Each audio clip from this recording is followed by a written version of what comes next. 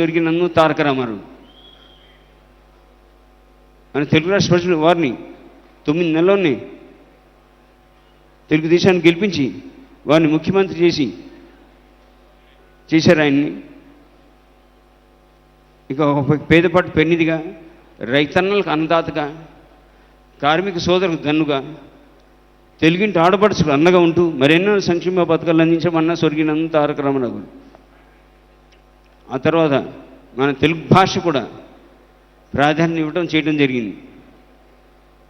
ప్రతి ప్రభుత్వ వాహనాలపై, ప్రభుత్వ కార్యాలయ పటాలపై తెలుగు సువర్ణాక్షరాలతో ఉండాలని చేపట్టింది మన అన్న స్వర్గీయ తారక రామారావు.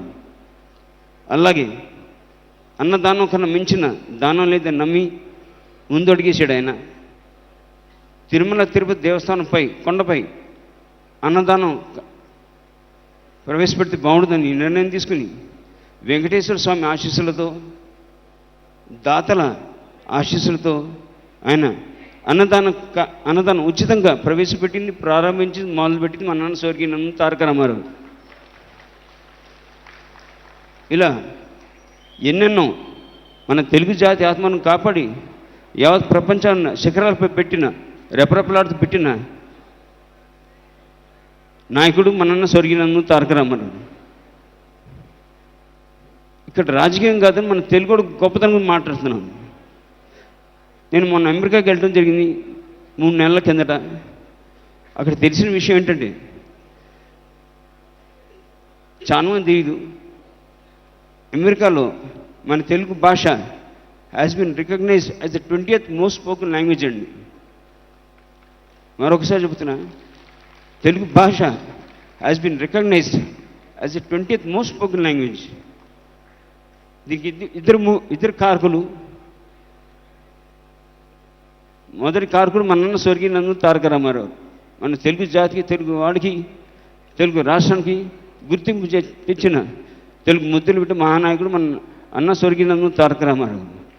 ఆ తర్వాత ఒక ముందడుగు వేసి నారా చంద్రబాబు నాయుడు గారు ఒక ముందడుగేసి ఐటీ రంగానికి ప్రాధాన్యత ఇచ్చి యువకులకు మంచి భవిష్యత్తు కల్పించిన నాయకుడు మన నారా చంద్రబాబు నాయుడు గారు. ఇవాళ కాబట్టి మన అమెరికాలో 20th మోస్ట్ స్పోకెన్ లాంగ్వేజ్ కింద ఐడెంటిఫై అయిందండి. ఇది ఎందుకంటే నేను చాలా గర్వంగా చెబుతున్నాను. భారతదేశం ఎన్ని భాషలు ఉన్నా మన తెలుగు ఒక్క భాషే ఐడెంటిఫై అయిందండి. ఒక్క భాష, మన తెలుగు భాష ఒకటే ఐడెంటిఫై అయింది అమెరికాలో 20th మోస్ట్ స్పోకెన్. చాలా గర్వపడుతున్నాను. ఇలా చెప్పుకుంటూ పోతే మన మహానాయకుడు గురించి నా సమయం సరిపోదు, ప్రాణం సరిపోదు, నా జన్మ సరిపోదు. తెలుగు జాతి, తెలుగు గడ్డ, తెలుగు నేల ఉన్నంతకాలం వారి రామనామ చిరస్మరణీయం. ఎన్ని యుగాలు గడిచిన, ఎన్ని తరాలు మారినా నిలిచిపోతున్న ఘన చరిత్ర యుగాలుగా.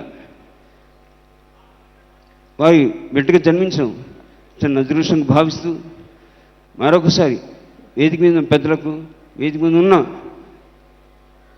అభిమానులకు అందరికీ పేరు పైన హృదయపూర్వక నమస్కారం తెలియజేస్తూ సెలవు తీసుకుంటున్నాను. మరణం లేని జననం ఎన్టీఆర్ది. జై ఎన్టీఆర్, జై జై ఎన్టీఆర్.